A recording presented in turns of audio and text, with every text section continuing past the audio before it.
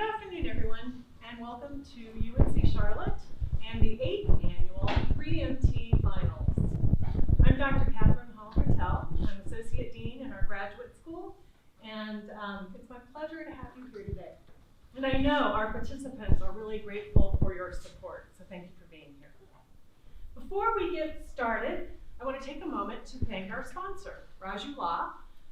They generously supported this event, and you will hear more about and from them in a little bit. But could we give them a round of applause?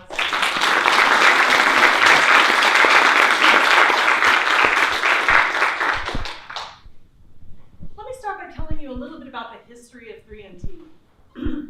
The 3-minute thesis competition started in 2008 at the University of Queensland in Australia. They had 160 participants that first year, so you can imagine it's a pretty big university. It went so well that by the next year, it had expanded to multiple universities throughout Australia and in New Zealand. By 2011, it had become a multinational competition.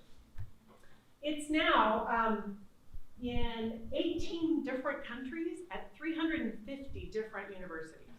So it is quite the phenomenon.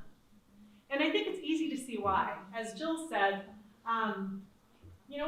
it's really important when research is publicly funded that scientists and researchers be able to explain the importance of their research to a non-specialist audience, right? And so enter 3MT, that's what this does. So we are really excited to hear from our very talented graduate students about their exciting research today. They have 3 minutes to tell you why what they do is important. So I hope you enjoy hearing from them. I'd like to introduce Dr. Jill Berta, who is our Assistant Dean and Director of the Center for Graduate Life and Learning, the Reynolds Center for Graduate Life and Learning. I apologize. And she's going to introduce our judges. So Jill. Hello again. So since the point of 3MT is for our students to be able to explain their research to those outside their field who might use that kind of information to make important decisions, we always try to recruit a panel of judges who do just that, who receive complex technical information from their teams and the experts around them and use that information to make decisions. And today's judging panel really fits that profile perfectly. I'd like to take a moment to introduce our judges, and maybe you could wave or stand up when I get to you. First of all, we have Susan Clifford, who is Head of Human Resources.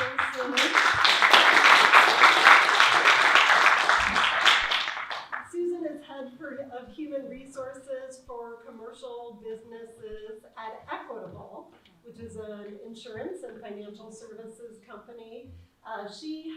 This is your second time judging 3-minute thesis for us, and Equitable and Susan have partnered with us for, about 3 years now on our Accelerate to Industry program.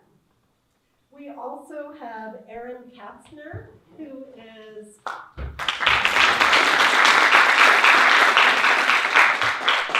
Erin is President and CEO of the Carolina Raptor Center, who has had a long-standing relationship and history with this university. We were just talking a little earlier about how it was actually founded in the basement of the biology building. So it's good to have that come around and have you here today. Then we have Ida Miros.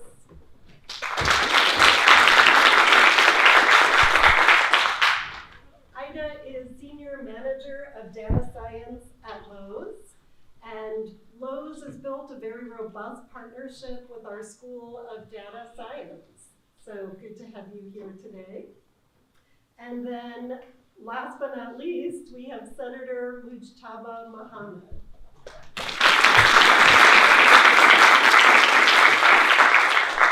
Senator Muhammad and I were chatting, and we were trying to figure out if this was your third time or fourth time judging 3-minute thesis. You predate COVID when we had to do it online, but he's a senator for the state of North Carolina, so and an alum, a proud alum, right? Yes. Wearing his UNC. So thanks for being here. In addition to thanking the judges, there's just a few other people I'd like to thank. 20 or so UNC Charlotte staff members served as judges in the preliminary round. We couldn't have done this without them, so I appreciate their time and effort. Dr. Daryl Kerr is a new faculty associate, new and full of lots of good energy for our CGLL team. And he personally coached all of these finalists, one-on-one coaching sessions, quite a few, right, students? And also made himself available to all of the students who participated in the preliminary rounds. So we appreciate that very much. It's excellent support. Dr. Elise Demeter did a workshop for us on preparing for 3MT that I hope you all listened to. And then my team at the CGLL all worked really hard on this event. It takes a considerable amount of effort behind the scenes to make this all go well from the beginning of promoting it and all through the preliminary rounds and the final round. And they worked very hard to make this good today, especially Suraksha Rajpal. Where are you, Suraksha? In the back. She's our graduate assistant, and this is the second year that she's put a lot of effort into this. So thank you, Suraksha. You all know her well by now, right? So we appreciate that. Now, as all of you know, and you've seen, the rules to 3-minute thesis state that you have 3 minutes to explain your research using only one static slide, right? No fancy bells and whistles, no props, you know not to bring anything up here with you. And you know it's extremely important you don't go over time, right? If you go over the time limit at all, the 3-minute thesis rules say we would have to disqualify you. So just like in the preliminary rounds, we have Dr. Kerr on the timer, and it is the PowerPoint countdown clock that you've all seen before. It will be counting down 3 minutes, 2:59, 2:58, etc. And when you get down to your last minute, it will turn yellow, right? But it will continue to count down. When you get to your last 30 seconds, it will turn red. Remember, 30 seconds is still a long time. It's 1/6 of your total presentation, so don't panic, but be aware. And then if you actually run out of time, it will say stop and make a sound, correct? So it'll make a sound. So please be very careful that if you hear that sound and you run out of time, just stop. It won't hurt you if you miss a few words at the end. Not worth getting disqualified. Make sense? Okay, okay.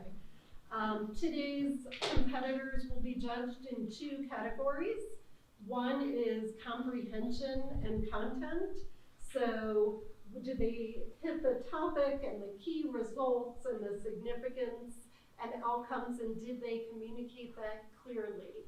Were you able, as a non-specialist audience not in their discipline, to understand and follow them? And the second category is engagement and communication. So how much did these presenters capture the audience's attention? How interesting were they able to make it? So that's the criteria the judges will be using. And awards will be as follows. So the first place winner will receive a $1,000 cash award and will receive an all expenses paid trip to Greenville, South Carolina. where you participate in a regional competition at the Conference of Southern Graduate Schools annual meeting. And I run that competition too, so I'll see whoever wins there, representing us. Second place will win $750 cash award. Third place will win a $500 cash award. And then there's a People's Choice Award. So the audience will have a chance at the end to vote on your favorite presentation. So as you're watching this, think about who your favorite will be, who you'll want to vote for, and there'll be instructions on a PowerPoint slide at the end for you to do that. And whoever wins that, no cash award, but lots of bragging rights and a certificate. And knowing that you were a proud favorite. So with that, I think we can get started.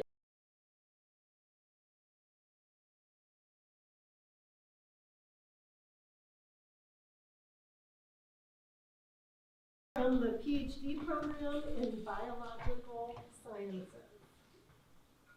So judges are ready. Whenever you're ready, Andrew. How often do you commit self-sabotage? When you watch TV, do you always play the next episode so you can avoid doing your homework?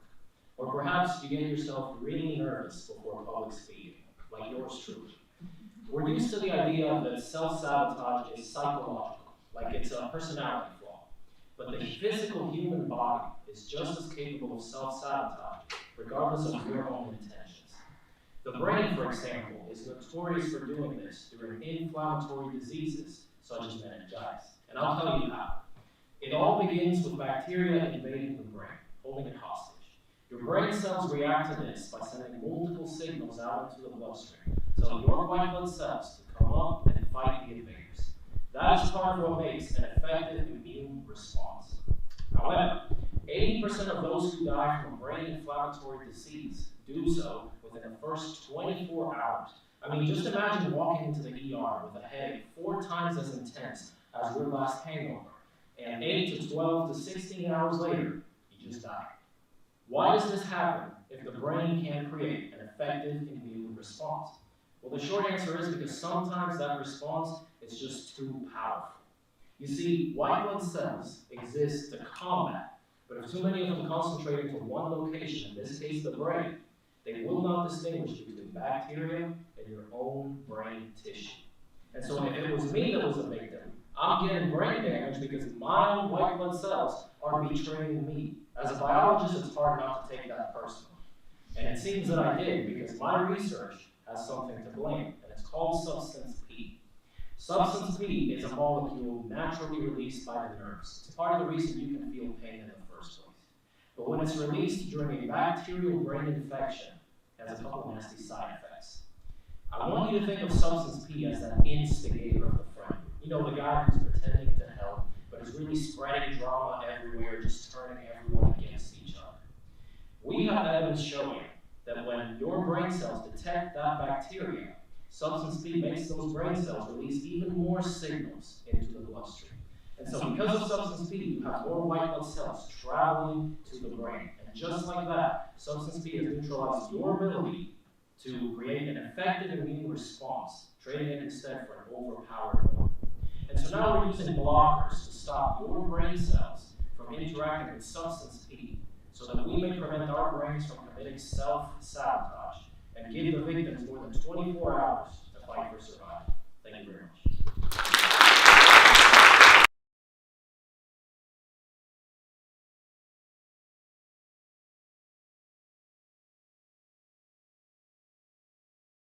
So next we have Matthew Gerson, who is from the PhD program in organizational science. Looks like everyone's ready, so Matthew, when you tell me? Imagine that you are an overweight worker working at your desk while you eat. You are aware that your non-overweight coworkers view overweight people as lazy, and that they see you working. This makes you worried that they are perceiving you as lazy and unproductive, even though you are actually working through your lunch break. you cannot help but be distracted from your work, as your mind keeps coming back to the idea that you are unintentionally confirming a negative stereotype regarding overweight workers and productivity. What you have just experienced is weight-based meta-stereotyping and stereotype threat. Meta-stereotyping occurs when one is a part of a stereotype group and is aware of the stereotypical beliefs that others hold about them. Stereotype threat occurs when one is worried that others are evaluating them based on negative stereotypes relative to their social group or appearance. Little research has examined the interplay between these perceptions, and even less has examined their effects on overweight workers.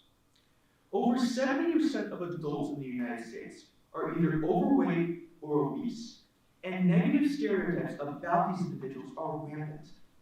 How do these negative stereotypes affect overweight employees in the workplace? If these workers are aware of negative weight stereotypes and feel weight-based stereotype threat, do they endure negative workplace outcomes? To examine this, we recruited 213 workers to participate in a psychological study, 54% of whom being either overweight or obese. Workers first completed questionnaires assessing their awareness of negative weight stereotypes and weight-based stereotype threat. They then completed questionnaires assessing their work outcomes, which measured their job satisfaction, leadership and career goals, engagement at work, and resilience to stress at work. Statistical analyses show that overweight workers who are highly aware of negative weight stereotypes experience more weight-based stereotype threat, which in turn appear to be responsible for those workers being less resilient to stress at work.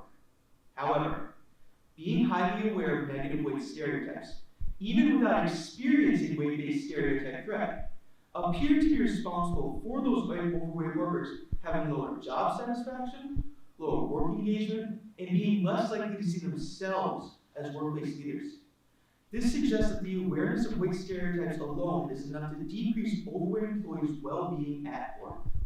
In conclusion, organizations should strive to reduce the perpetuation of weight stereotypes at work in order to mitigate the risk of overweight employees enduring negative workplace outcomes. Doing this requires organizations to create workplace cultures that embrace non-discrimination and weight inclusivity. Thank you.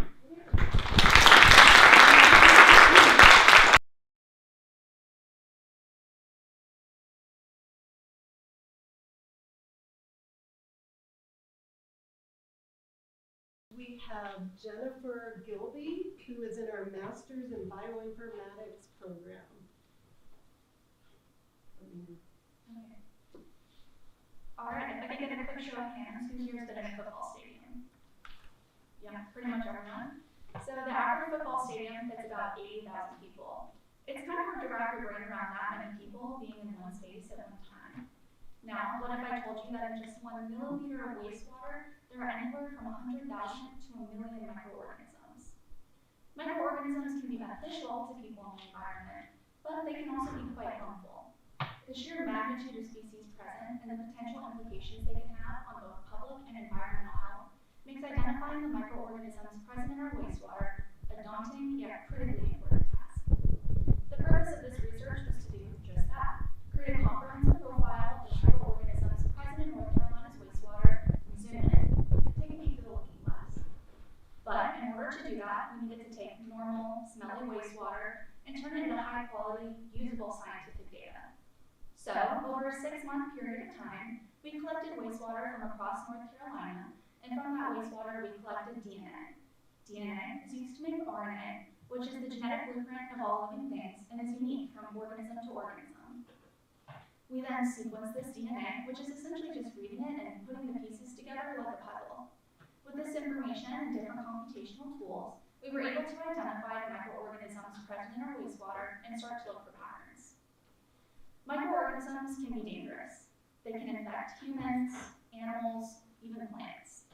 As you may have guessed, we found plenty of coronavirus, rhinovirus, and influenza virus in our wastewater, but non-human pathogens are of particular interest here. Non-human pathogens are pretty much what they sound like. They're bacteria and viruses that infect non-humans, like plants and animals. Plant pathogens, for example, can infect crops, impacting the quality and viability of that crop, thus threatening food security and safety. Non-human pathogens also give us a ton of information. They can even tell us what people are eating. In our study, we identified a virus that affects tomato plants. It's extremely contagious amongst tomatoes and severely impacts the quality and yield of the crop. Up until now, this virus has never been detected in North Carolina and can potentially be traced back to a recent seed recall. Armed with this information, we can identify paths for future study, as well as points of intervention to stop these pathogens before they have the opportunity to harm us or our environment. By identifying what is present in our wastewater and piecing together why and how it got there, we can take steps forward to better protect our community. All we have to do is take a peek through the looking glass. Thank you.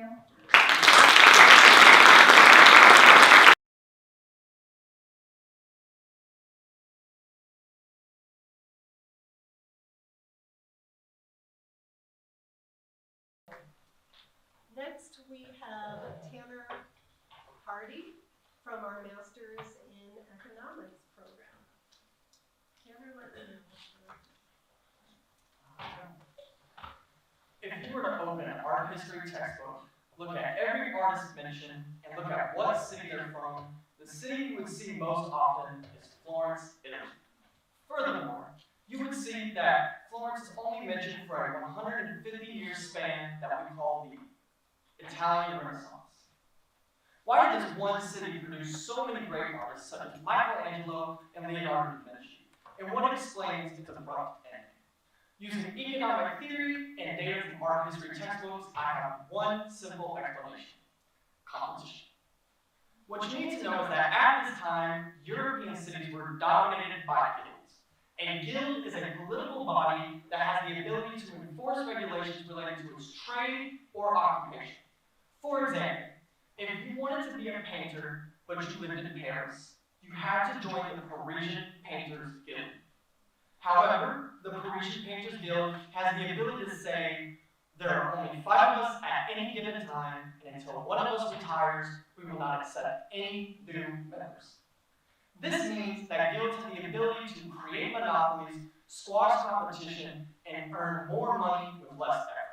And this was the case for every major European city at this time, except for Florence. Now, Florence did have guilds, but it did not have an artist nor a painters guild. This created a uniquely competitive environment in the city of Florence, meaning that if you wanted to make a career as a painter in the city of Florence, you had to stand out and you had to be great.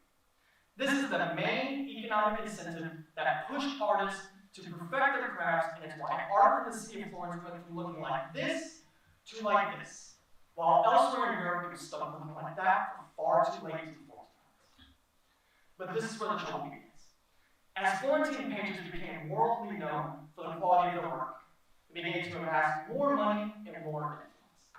And in the early 1500s, a small group of painters in the city of Florence used that money and influence to establish their own painters guild. And almost immediately, art history textbook mentions of Florentine painters fall off. The explanation is again simple.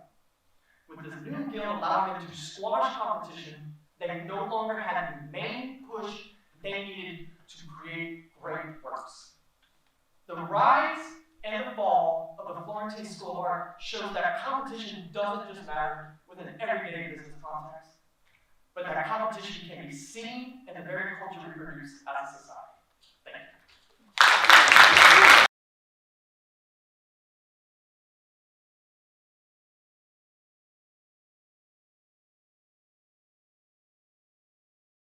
Elisa Hutagaloon from the Masters in Bioinformatics program.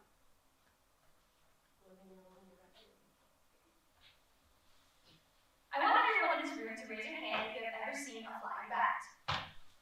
Okay, good. A lot of people. I want you to keep that hand up though if you've ever assumed it was a vampire bat. Okay, it's okay. It's actually a common misconception. Most bats around this area are actually insect feeding. But did you know that bats can actually eat more than just that? They can eat a variety of foods. They can eat blood, insects, nectar, fruits, fish, and even amphibians. My research goes into a group of bats called phyllostomids. These phyllostomed bats are known for their U-shaped noses and their various diets. I want to see if these diets have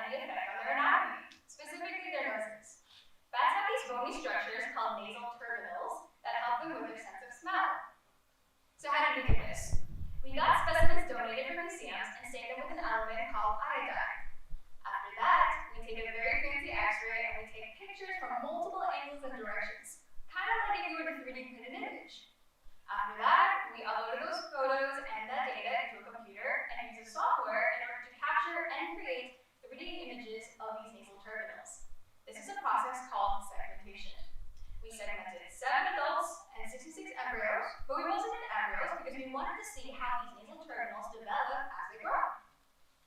So what did we find? We found that fruit feeding bats and nectar feeding bats actually took longer to develop their nasal terminals in comparison to the other diets. We also found that most bats have an average of 5 nasal terminals, with the exception of some having 6. From the back of their head to the front of their head, it goes echinoterminal 3, echinoterminal 2, interterminal, echinoterminal 1, and frontal terminal.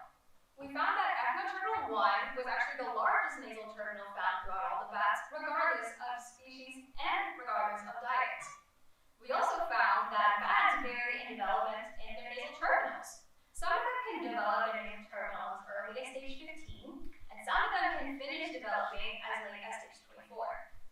So this is all great data, but how can we expand upon this research? We can segregate more species of bats other than just phylostomes throughout all the world. In addition, we can also incorporate numerical data such as surface area and volume. We're doing this because we want to see the effects of these specialized diets towards the anatomy of the noses in the phylostomid bats so that we may gain a better understanding of the evolution of their noses. So the next time you see a bat flying around the area and you're afraid it's going to come bite you, you don't need to fret, because chances are that bat probably doesn't even consume blood, and now you know that bats can eat more than just that. Thank you.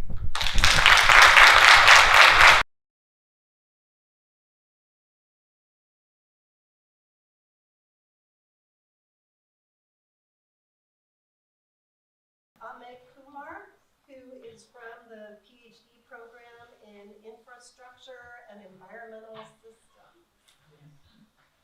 Let me know when you're ready. Construction is one of the most dangerous professions out there in the world. The suicidal rate among construction workers is only second highest, only next to the mining industry profession. According to OSHA, there are hundreds of thousands of incidents that happen every year at construction sites that go reported and unreported. Now, one of the leading factors of these accidents at construction sites is the stress.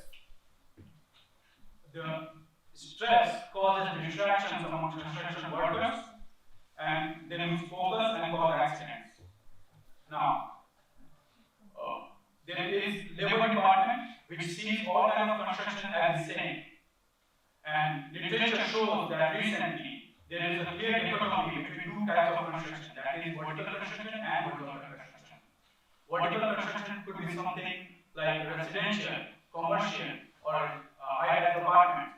And commercial construction could be, or vertical construction could be like horizontal construction. Horizontal construction could be like utilities, like power lines, data lines, waterways.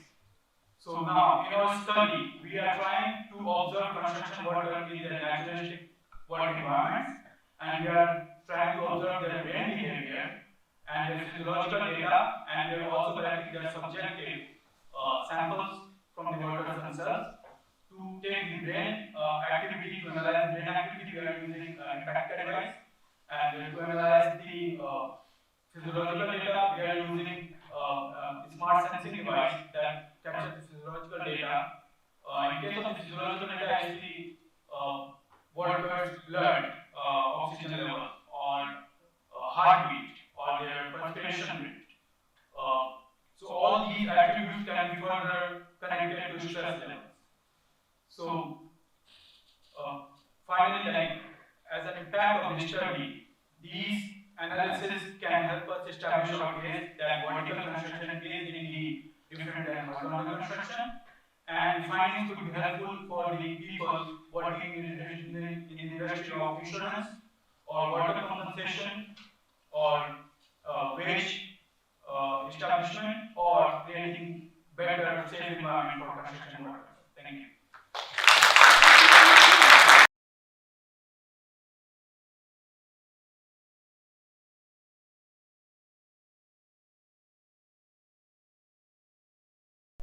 Next, we have Brent Reed from the PhD program in Organizational Science. Let me know when you're ready. Imagine for a moment that you're at work and you were just in the zone. Everything is clicking for you. But then you get a migraine stomach starts to hurt. Maybe your back starts to ache. And then suddenly that sense of engagement in your work just evaporates. Now imagine if that's every other day of your life. Every 2 out of 3 Americans will experience a chronic health condition at some point during their working life. Despite the challenges that these health conditions often present, most will continue striving to meet their work demands, often at the expense of managing that health condition. We call this latter experience work health management interference, and it is a major source of stress for workers with chronic health conditions. But what if we could redesign work to empower those with chronic health conditions, not just to continue meeting the demands of their job, but also the demands of their health? Well, to research that question, we recruited workers from across a variety of different industries, all of whom have chronic pain. We surveyed them twice a day over the course of a week to understand how their experiences at work affect how they felt at the end of each day. Using this unique research design, we discovered that work health management interference didn't just differ from person to person, it also differed from day to day, leading to ups and downs, good days and bad. And that unpredictability came at a cost. On the days that people experienced more work health management interference, the more emotionally exhausted, the more burned out they felt at the end of each day. They were also less likely to be engaged in their work, that sense of being in the zone that I mentioned earlier. But we also discovered something that seemed to help: control. Workers who were empowered with the autonomy to respond to their health conditions, whether that was taking a break, rearranging their schedule to accommodate their symptoms, that seemed to shield them from the negative effects of work health management interference. So the key takeaway from our studies, not that work can interfere with their health, is that we can do something about it. By empowering workers with control, with the autonomy to respond to their chronic health conditions, we hope that every worker can have the same experience with the one quoted behind me and can say, working here is good for my health. Thank you.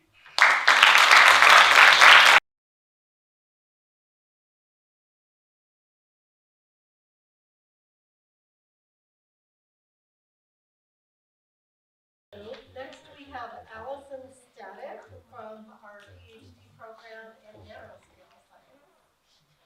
Think everyone's ready? Good evening.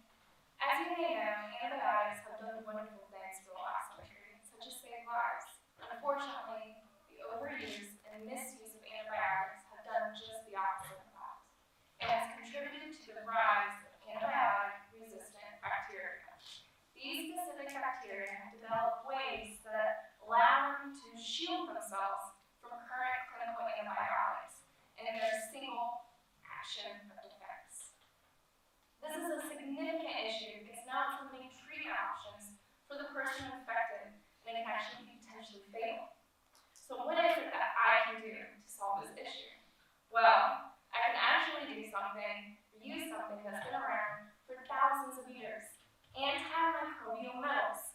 These metals, such as silver and copper, have been used since ancient Egyptian and Greek times. They have been used to make up containers to hold food and drinks, as well as treat wounds. Surprisingly, we actually use copper alloys such as brass to coat the surfaces of doorknobs to prevent the transmission of bacteria that come from the contact of our hands. However, I'm going to take this ancient method, scale it down, use modern technology, and introduce silver or copper nanoparticles with magnetic core. Let me walk you through the process of treatment. So first, I will use a magnet to guide and concentrate these nanoparticles at the site of infection. From there, we will then activate these nanoparticles by exciting it with a source of light. I can do so by coating these nanoparticles with a molecule that can absorb a specific wavelength of light.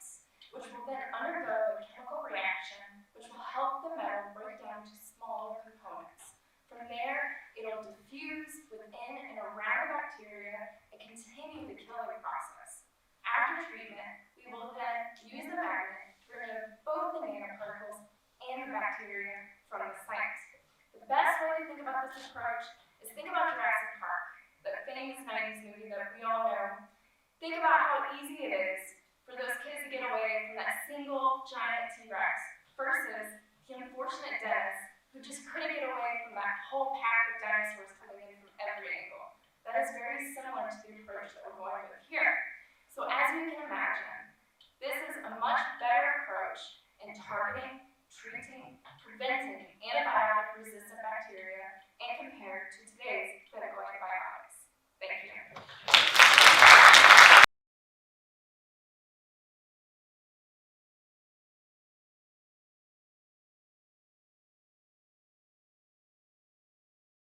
NECA Ubi, and NECA is in our Masters in Construction and Facilities Management program. Let's talk about money.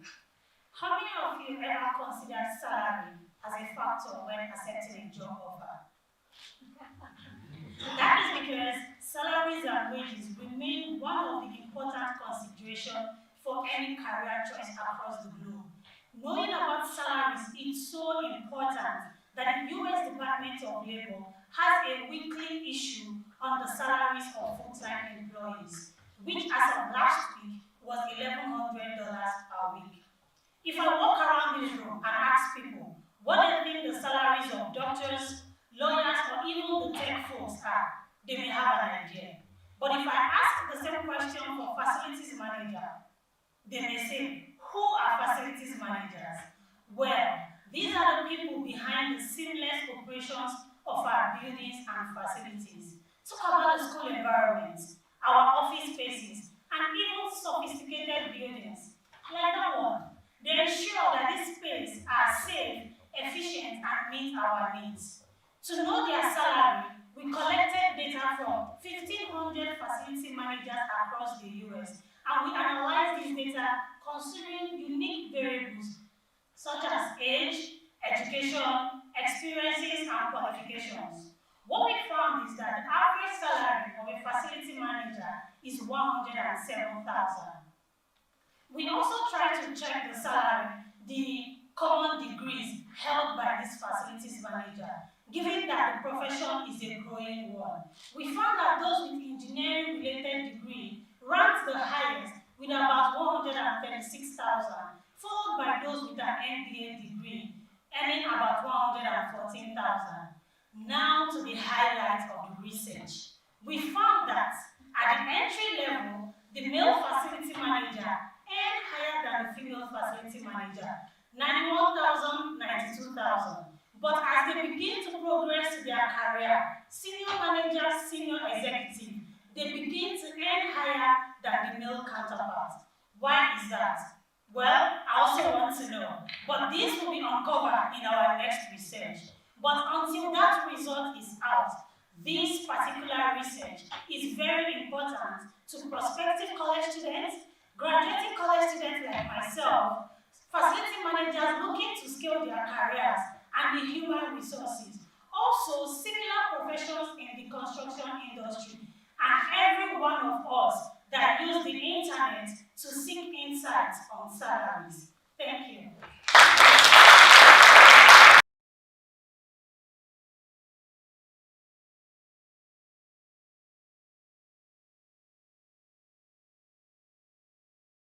Wuki Mohammed Saeed, who is in the PhD program in optical science and engineering. We're all ready? Okay. In 2020, our woman Susan Fanny died in her apartment after avoiding the doctor to treat flu-like symptoms, only because she couldn't afford the treatment. In 2018, another woman named Anamalia Markle died because she decided not to have a surgery as she couldn't afford that. And that's not even the worst part. She did have medical insurance, but out-of-pocket payment was too much. In 2011, a 24-year-old Cincinnati father named Willis died from a tooth infection, only because he couldn't afford his medication. Imagine their work, imagine what they went through. According to a CNN report, a survey conducted by Gallup and West Health, revealed that more than 13% of Americans, about 34 million people, say a friend or a family member recently passed away in the last 5 years after being unable to afford treatment for a condition. Today I stand before you to share my research, a journey towards affordable surgeries inspired by real-life stories like these who faced unimaginable challenges due to financial constraints. My research mission has been to find a solution, try my best, do my part so that no one has to suffer due to lack of access to at least one kind of surgical intervention. My PhD research that deals with the development of a next generation laser tissue fusion laparoscopic device represents a breakthrough in surgical technology. By harnessing the power of laser energy, we can perform laparoscopic surgeries like lobectomy, colectomy, gastric bypass, etc. with unprecedented precision and accuracy. Note that 15 million such surgeries are performed globally each year. By this research, it will also be lower cost for the patients. Unlike conventional electric energy-based devices, lasers can focus their energy during the surgery to a pinpoint accuracy. This means minimal thermal damage inside the patient's body, and also it will not heat the laparoscopic device itself too much, allowing for rapid reuse of the device within seconds. This breakthrough not only reduces the operating room costs, but will also significantly lower the overall expense of the surgery. The implications of this research are profound. It means more people can have access to a life-saving surgery. It means more families can stay whole. It means more moments can be cherished. Thank you.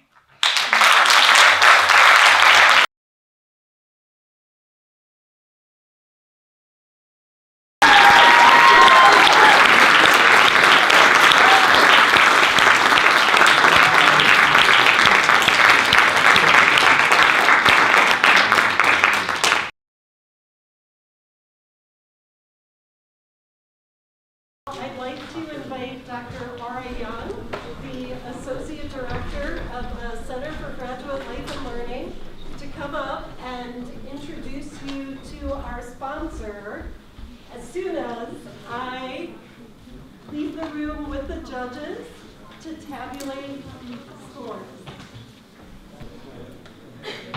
Good evening, everybody. Thank you so much for coming out. Thank you so much to our presenters. I know that takes so much courage to get up here and speak to everybody like this. So I'm going to explain the People's Choice Award and how that works in a couple minutes. But first I wanted to introduce Raju Mahajan, who is the sponsor of this event today. And I wanted, before he comes up here, I just wanted to tell you a little bit about our history, our relationship with Raju. I think, was it in 2020 or 2021? I think 2020. 2020, so one of our students, one of our Graduate Life Fellows, put me in touch with Raju. And Raju wanted to do, he's an immigration attorney, so he wanted to do a webinar on immigration. And I was like, wow, this is like so generous of this guy to do this. And he did the webinar, and then the next semester he did another webinar, and then another, and so every single semester he's very generously done these immigration webinars, which are always really well attended because there are plenty of people interested in immigration. So, and then he said, do you do a 3MT competition? I want to support your 3MT competition. And so we were thrilled to pieces with that, of course. And then even in preparation for the 3MT competition, he had one of his other attorneys who has a medical background. She came and did, well, she didn't come, but she did a webinar on science communication. So, I mean, he's incredibly generous, and his attorneys are all generous. Everybody is just absolutely lovely there that I've met so far. So we're really happy to have this partnership. So, yeah, so a big round of applause to Roger.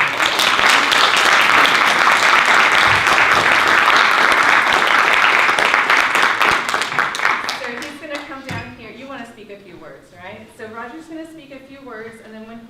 and then we'll progress to the QR code for the People's Choice Award. You come down.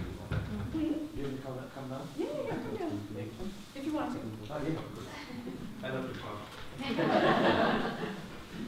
Thank you everybody for inviting me here.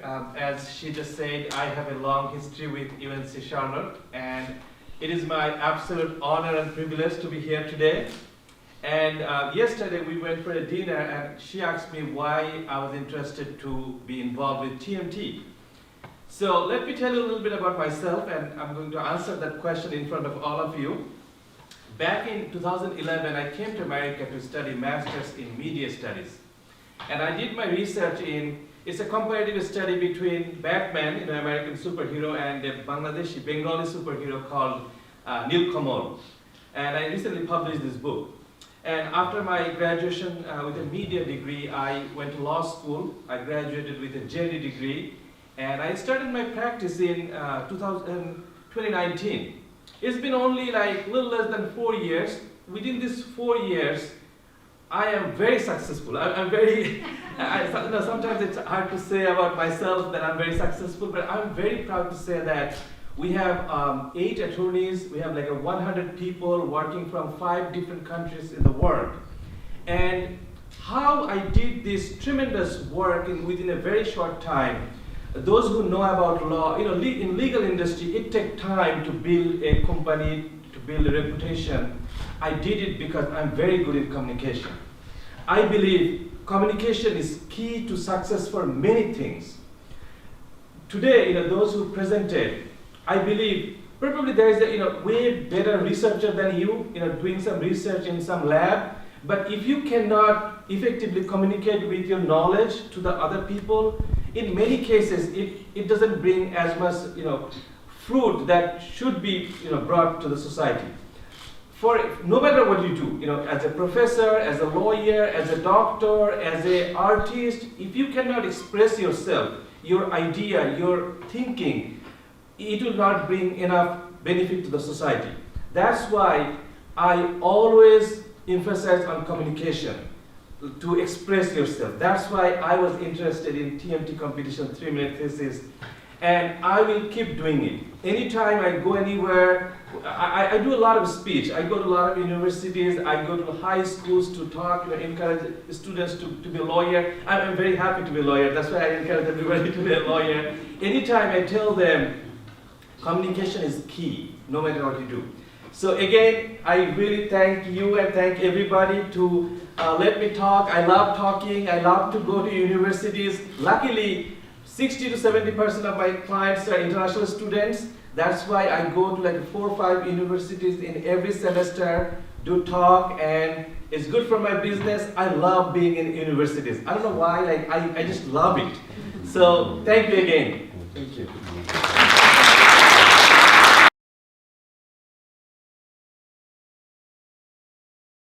I'd like to invite our Dean, Dr. Pinku Mukherjee, to announce the winner.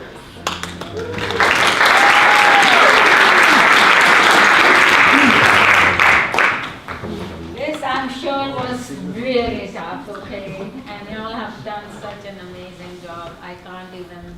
I'm just so impressed, my gosh.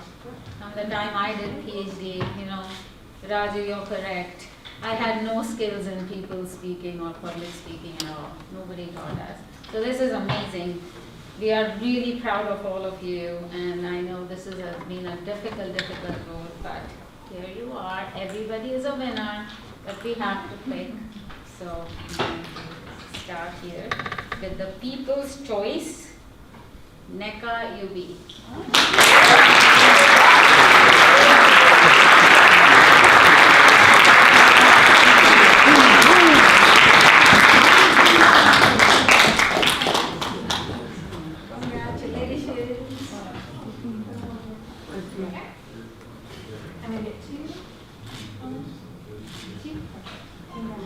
Congratulations.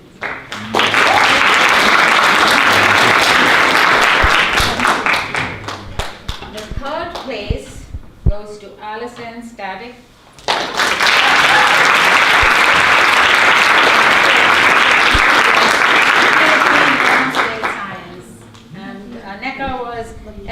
and Construction and Facilities Engineering.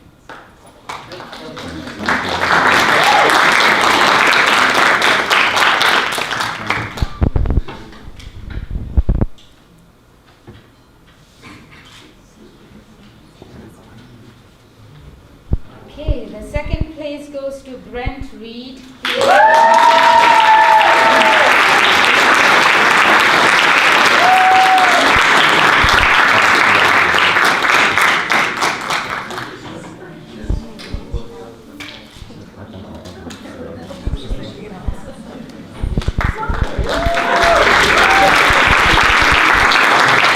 Now the first place goes to Jennifer Gilby.